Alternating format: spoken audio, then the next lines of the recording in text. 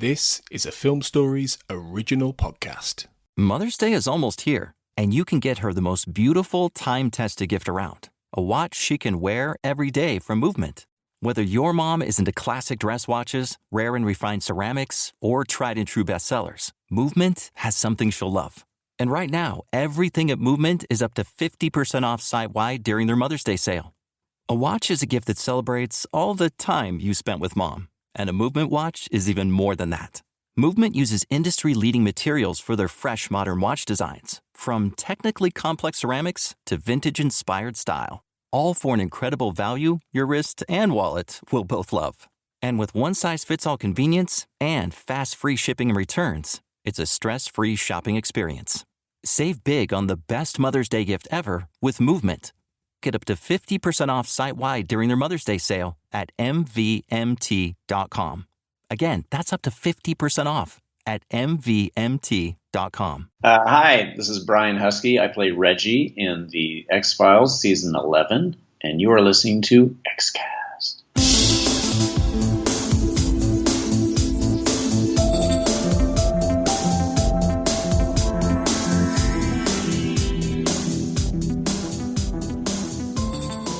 Welcome back, everyone, to the Xcast. The truth is in here. I'm your host, Tony Black, and this is the beginning of our coverage of Episode 4 of Season 11, The Lost Art of Forehead Sweat, Darren Morgan's comedy episode. And I'm joined by, I was going to say a comedian then, but I don't know. I mean, you're a funny guy, Carl Sweeney, but, you know, am I stretching it with comedian, really? Possibly, but it's good to be back anyway, Tony freaking Black. It's always good to talk to you. I'm Tony freaking Black, damn it! Yeah, there's going to be a lot of that in this episode, I suspect. Yeah. A lot of these moments. Because today, in this first episode, we're talking about Agent Foxy and Agent Scullz. Scullz. Good old Scullz, yeah. in the Lost Art of Forehead Sweat. But before we do, Carl, let's have some first reactions. You've just freshly watched this episode, so what did you think? I did enjoy it. I think it's going to be an interesting one to see where like the needle falls on this one, where like the dust settles, you know. Because I think my immediate response is probably it's minor Darren Morgan. I don't know, which, you know, minor Darren Morgan is still a good thing to have. But I felt like there was like a mix of real like strong stuff, very hilarious moments, and then maybe a couple of things that just on first viewing, maybe a couple of rough spots that I don't think exist in like his finest work, which I think is Jose Chung and Clyde Bruckman. But having said that, I mean, I think it continues a nice little run that the series is on, you know. Yeah, I think that's fair. And judging by some of the reaction I've been reading in the X-Files basement, the Xcast podcast fan group, which of course you're all members of, but if you're not, get in there. It's a special group. Judging by the some of the early reaction, it's been a lot more polarised than I honestly expected. You know, certainly for a Darren Morgan episode, and certainly for this, because I got to be honest, I did really enjoy it. I think it was funny. I agree with you that I don't think it's top tier classic Darren Morgan, but then I don't think he's ever done anything particularly bad, really. So yeah. I wouldn't say this is bad at all. I would say this is... I think it's too early to judge whether this is my favourite episode. I think I enjoyed this the most of all of them so far. Whether it's the best, critically, I don't know. The jury's still out on that one. But I think there was a lot of really interesting stuff he wanted to do with this and say, and I think it's a... And we will get into this, but I think it's a bit of a culmination in a way of everything he's done almost over the last 25 years. So I did really enjoy it, and I am surprised that people seem to be really polarised on it. I mean, maybe I'm just being naive. Well, I mean, when I went to bed last night, I was just seeing loads of critics, you know, general TV critics, talking about how great this episode was. And so I kind of was expecting to see the episode and see the kind of fan reaction reflect that. And I've only had a very quick chance to look at it, but like what the fans are saying. But I suppose it doesn't surprise me in the sense that it's so self-referential and it's so kind of wacky and distinctive that I can kind of see why this would be an acquired taste for people, you know. And I suppose the other thing, which we may well come on to talk about another time, is like how overtly political this episode is. You know, it's kind of conceived as being, isn't it? So Yeah. I wonder if that's what's kind of rubbing people the wrong way to an extent. Maybe. I think there is, to some extent, part of the issue is that Darren Morgan historically has been a lot more subtle with his allegory or his subtext and things like that, whereas, you know, a lot of it he's quite on the nose with this, and I think that's where there are some criticisms. I think there are some things to pick out where he pushes it a bit, I'd say, but I think I think people maybe on first look at it, at the reaction, maybe getting a bit hung up on these little details and maybe forgot to kind of just enjoy it for what it is. And that might be something that comes in a rewatch. It might not be something that comes at all. You know, it's comedy. It's subjective. You know, one person can love a Darren Morgan episode, somebody else might hate it. You know, although I don't know if there are many people I've ever met who didn't like his comedy episodes. Yeah. But yeah, it is. It's very subjective. So, you know, not everyone's going to go for it. And I think some of the criticism that's been coming out that I've looked at, it's been fair. You know, it's pretty rationed, you know, and pretty well thought out. Yeah, I would agree from what the little I've seen so far. I think it's one of those things where I'd find this very hard one to quantify. If we were doing like the marks out of 10 thing, like right now, I'm really not sure where I'd go. I probably need to see it again. But I think a lot of the time with Darren Morgan episodes, a lot of like the one-liners kind of pass me by on first viewing, you know, and they do reward repeat viewing. So it may be that like there were some stretches of the episode where I wasn't laughing quite as frequently, whereas like my memory of watching like Clyde Bruckman and Jose Chung for the first time is like laughing consistently all the way through. But it may be that going back to it, I'd find there are things that kind of just sailed past me on first viewing, you know. And I think part of it, I mean, a lot of the episode takes place in this parking garage, doesn't it? And I'm not sure if that's the most visually distinctive location. I felt like it was the graveyard sequence in Were Monster. I thought was kind of a similar Shaggy Dog type, you know, sequence, but was in a much more interesting setting. So, yeah, I suppose the issues I have are relatively minor. I am positive about this episode, though. Overall, I think maybe Glenn Morgan's episode is my favourite thus far. Yeah, it's like you say, it's going to take a little bit of going back and looking at it a bit more in more detail, because there's a lot in here. There's a lot of gags. There's a lot of sight gags. There's a lot of visual references. There's a lot of things that people will have picked up on, but will have missed people by, you know, passed people by, you know, which might enrich the experience. So it's going to reward repeat viewings, which people will absolutely do. Obviously, this is the X-Files. But I suppose going on to our topic, Foxy and Scullz, because we're no longer calling them Mulder and Scully, not anymore. Sorry, is how these two are portrayed, and obviously with the Darren Morgan episodes, they are Mulder and Scully, the characters we know and love, but they are from the Darren Morgan perspective, and the Darren Morgan perspective is, I've described it many times, it's like a little pocket universe. In which it is recognisable, but at the same time it's wackier, it's goofier.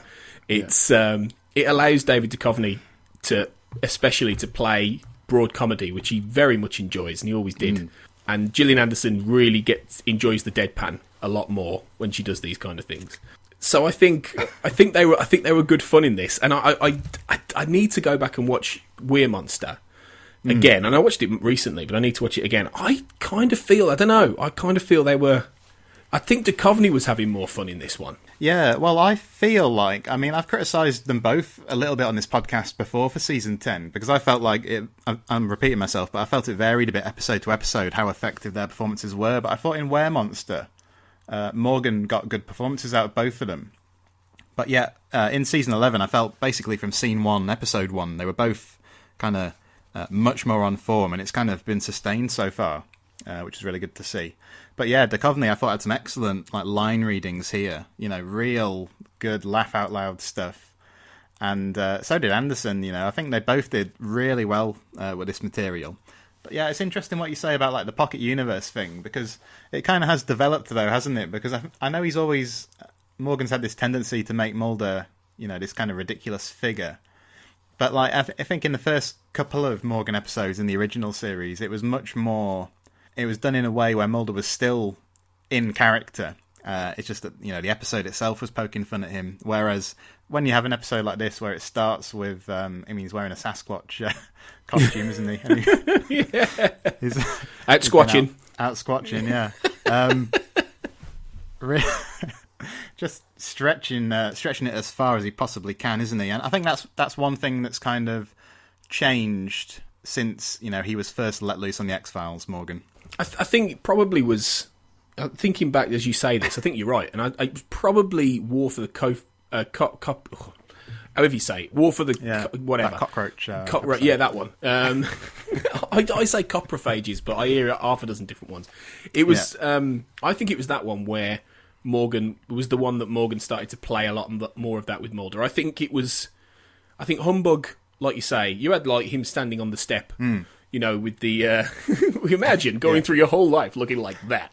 And then Clyde Bruckman was, you know, it wasn't as pronounced, but then I think the cockroach is one, and then especially Jose Chung with all the kind of stuff. You know, that was where it really took off, and obviously that, you know, after that.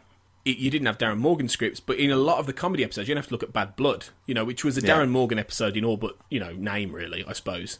Duchovny, whenever they do comedy, Duchovny is amping up that kind of goofy, you know, completely screwball angle that he really enjoys doing, alongside the deadpan. You know, because to be fair, he gets to do deadpan anyway.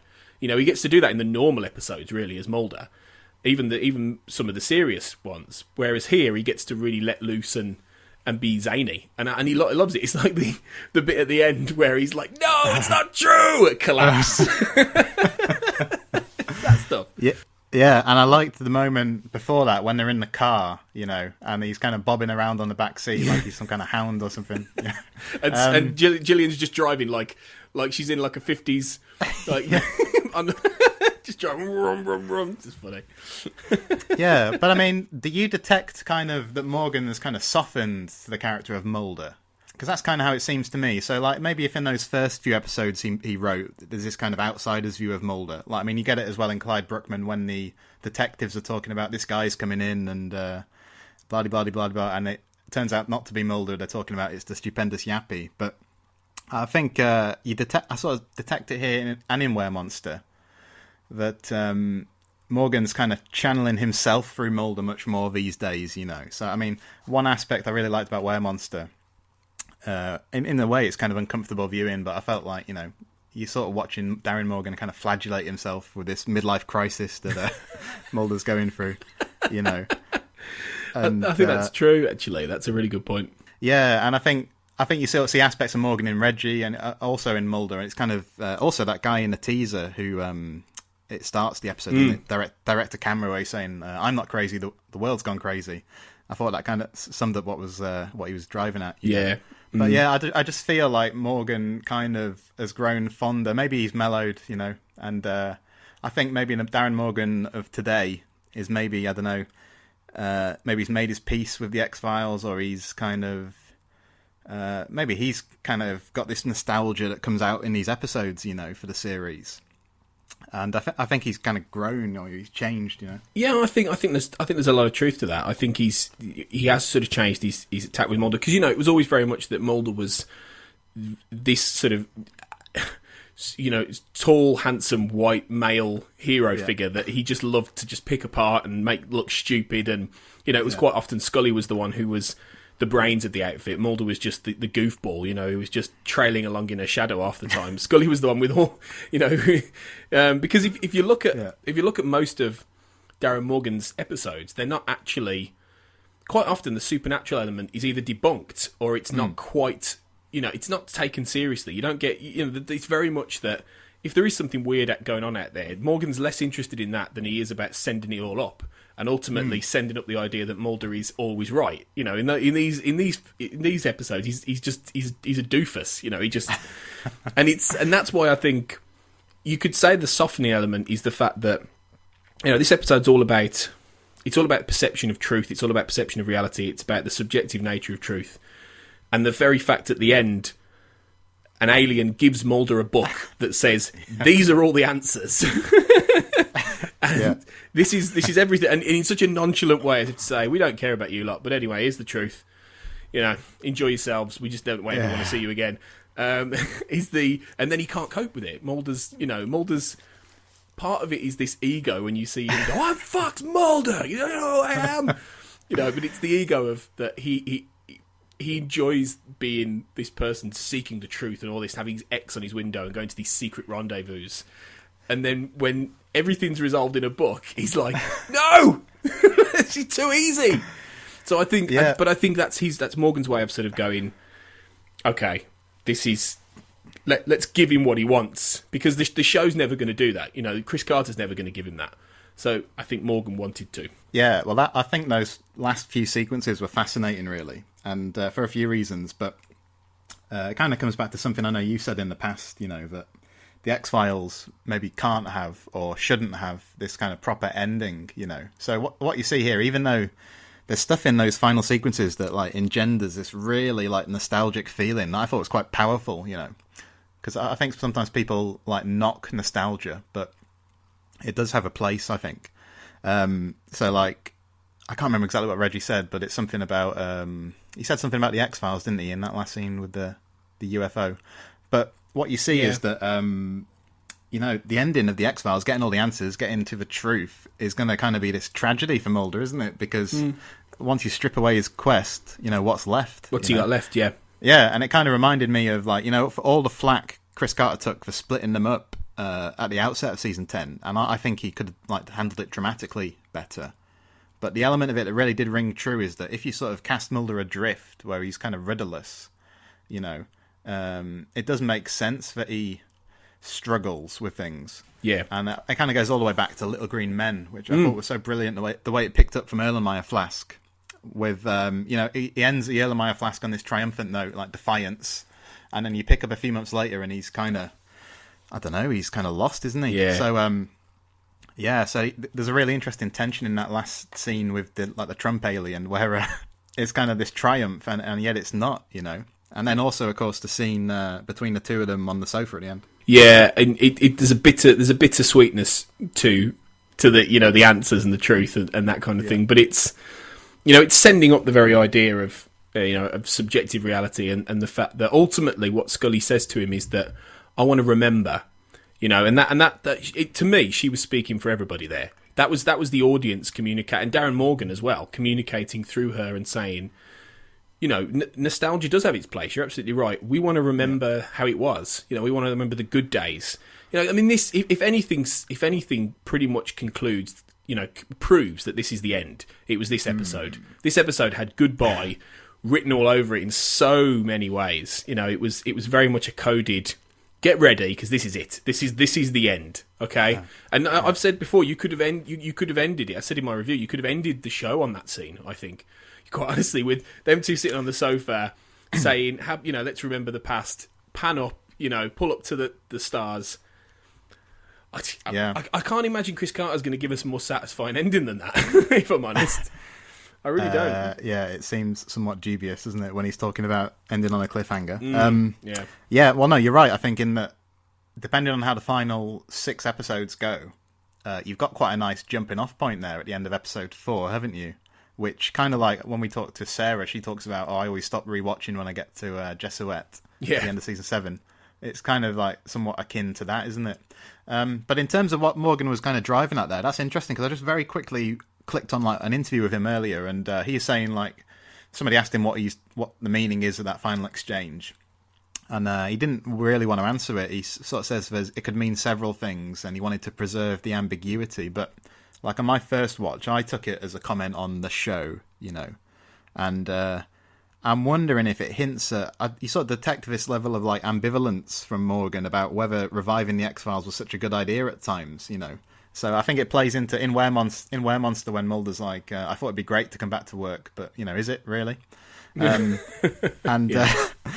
he's kind of having his cake and eating it here, though, isn't he? Because it sort of has this elegiac feel, doesn't it? And at the same time, what he's done is kind of a very pointed attack, really, on the U.S. political, the president basically, and the U.S. political climate. So. It's dealing with timely themes in a manner which is kind of reflective and nostalgic, etc., etc. I mean, I probably agree with what you're saying. It looks like it's the end, doesn't it? Having said that, I mean, 2 weeks ago I was very effusive about Glenn Morgan's episode because I felt, wow, that's showing how you do the X-Files in the modern day. You know, that's the way to do new X-Files. So, but I think you're right, Morgan. This episode has come along anyway at a time when it looks like the series, as we know it, is coming to some sort of conclusion, whether it's a satisfying one. Yeah, and I would say a lot of the signs are pointing to that, really. And we'll get into this as we go through our coverage of The Lost Art of Forehead Sweat. Before I leave, though, I've got to point out what I think is the best exchange in the episode, and it's between Mulder and Scully.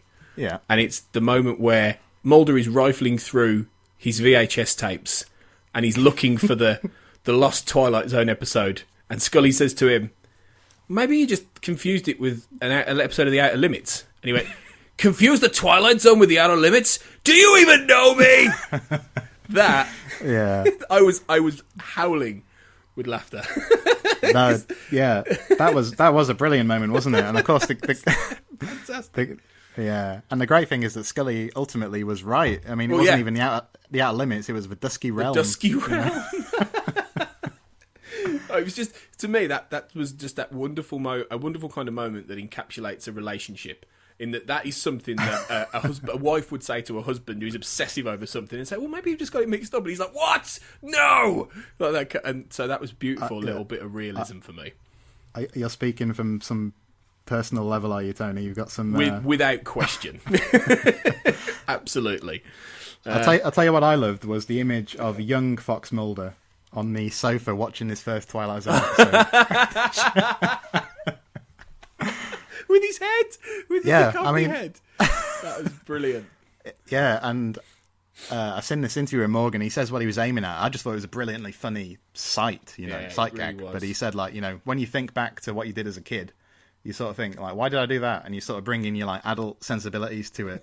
But in reality, the answer is that you were a kid. You're not mature. That's why you do all these ridiculous things. But that's a sight never to be once seen, never forgotten. I would guess. It really is. It's like those they're called GIF gaff, that where you can splice on people's heads into people dancing and things like that. And I think it's called GIF gaff or something. It's just wonderful.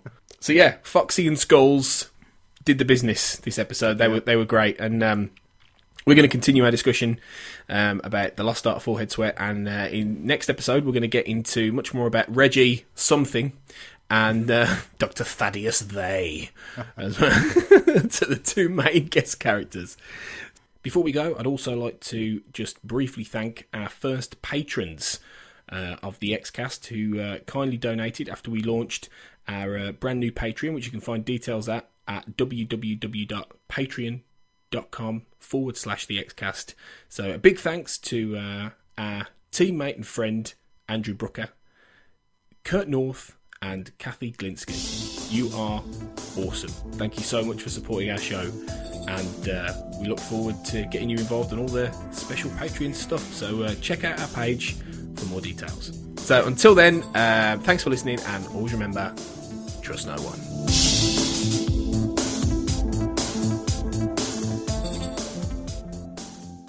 When you make decisions for your company, you always look for the no-brainers. And if you have a lot of mailing and shipping to do, Stamps.com is the ultimate no-brainer. It streamlines your process to make your business more efficient, which makes you less busy. Mail checks, invoices, legal documents, books, and everything you need to keep your business running with Stamps.com. Seamlessly connect with every major marketplace and shopping cart if you sell online. Schedule package pickups through the dashboard and automatically see your cheapest and fastest shipping options from different carriers, with rates up to 89% off USPS and UPS rates. And with the Stamps.com mobile app, you can take care of mailing and shipping wherever you are, even on the go. Make the same no-brainer decision as over 1 million other business decision makers with Stamps.com. Sign up at Stamps.com with code PROGRAM for a special offer that includes a 4-week trial, plus free postage and a free digital scale. No long-term commitments or contracts. That's Stamps.com, code PROGRAM.